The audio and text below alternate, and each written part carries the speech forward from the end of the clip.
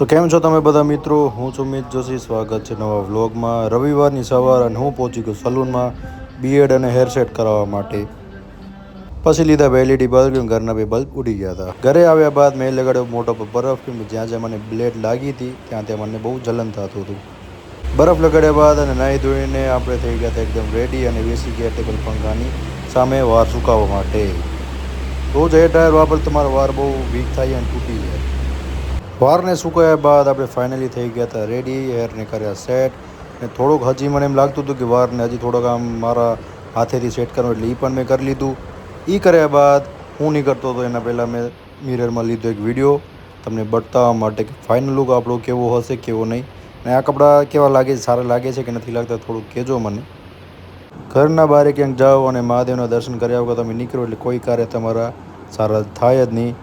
એટલે ઘરેથી નીકળીને પહેલાં મહાદેવને દર્શન કરો, પગે લાગો અને આશીર્વાદ લ્યો, અને કહેવાનું કે ભૂલ ચૂકાઈ માફ થયું તો માફ કરજો અને મારા સાથે રહેજો અને મારા કાર્ય બધા સફળ થાય એવા મને આશીર્વાદ દેજો. તો ફાઇનલી હું આવી ગયો ઘરના બહાર, અને રોજની જેમ આજે પણ લિફ્ટ મને કરાવ્યો. થોડીક વાર વેટ, વાંધો નહીં થયા રાખે. તો આખરે લિફ્ટ આવી ગઈ. હું આવી ગયો લિફ્ટના અંદર અને મેં તમને બતાવ્યા મારું ફાઇનલ લુક બૂટ સાથે. વરસાદની ઋતુમાં બાઇકમાં સેલ્ફ સ્ટાર્ટ લાગે નહીં એટલે કિક મારીને કરી બાઇકને ચાલુ. નીકળી ગયા બાઇક ખાઈને, અને બહુ દિવસ બાદ વરસાદ બંધ છે એટલે કામ કરીને આવતી થોડીક મજા. મિત્રો અત્યારે બધી જગ્યાએ ગણપતિ બાપા જ્યાં જ્યાં સ્થાપિત હતા, જે લોકોએ બોલાવ્યા હતા, બધાએ વિસર્જન કરી નાખ્યું છે. અને વિસર્જન કર્યા બાદ બહુ દુઃખ થાય આપણે કે ગણપતિ બાપાને મૂકીને આપણે ઘરે આવીએ. બહુ આમ સેડ ફિલિંગ આવે, કેમ કે 11 દિવસ 9 દિવસ આપણે ના ભેગા આપણે મસ્તી મજાક કરીએ, આરતી કરીએ, શ્રદ્ધા ભાવનાથી એમનો ભાવ રાખીએ, અને પછી આપણે મૂકવો પડે ને એમને, એટલે બહુ દુઃખ લાગે આપણે. હું તો ઈચ્છું છું કે જલ્દી ગણપતિ બાપા પાસે મારા ઘરે આવે એન્ડ મારા ઘરમાં બધી ખુશીઓ લઈ આવે. એન્ડ મારા જેટલા લોકો આ વિડીયો જોવે છે એમના બધાના ઘરમાં સુખ સમૃદ્ધિ શાંતિ આવે, બધા દુઃખ હટી જાય.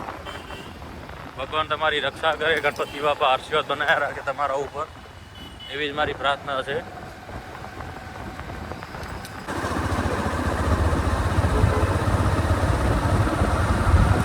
મારો રોજનો નિયમ છે મહાદેવના મંદિરે આવવાનું અને એમના પાસે 5-10 મિનિટ બેસવાનો અને વાતુચીતો કરવાનો. તો હું આવી ગયો તો મહાદેવના મંદિરે, થોડીક વાર કરી એમના સાથે મેં વાતુચીતું.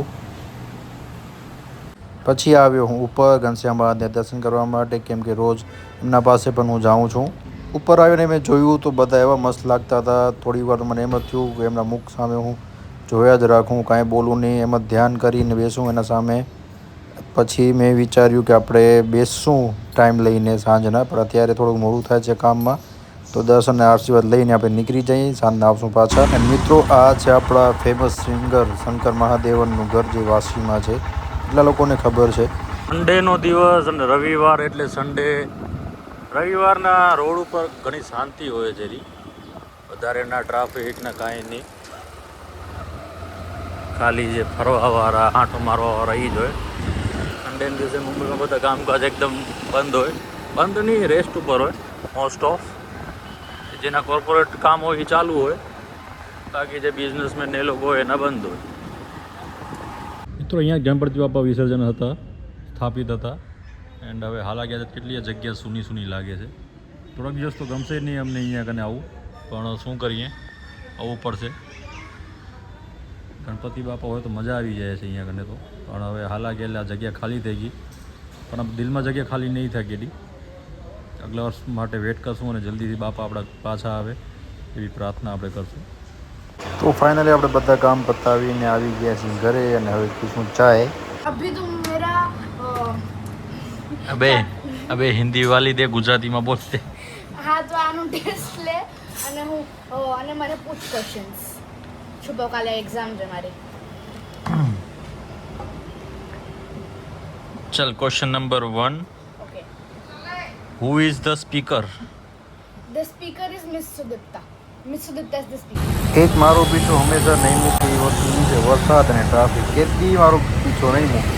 પછી આવ્યું ભગત આયોજન હોટલમાં જમવાનું લેવા માટે, ત્યાંથી થોડી ભીડ એટલે આપણે બેઠા હતા વેઇટિંગ લિસ્ટ. એન્ડ આજે તો ડોગેશભાઈએ શોપિંગ કરવા માટે આવ્યા છે. તો મળીએ કાલે નવા બ્લોગ સાથે. સબસ્ક્રાઈબ કરવાનું ન ભૂલતા મિત્રો.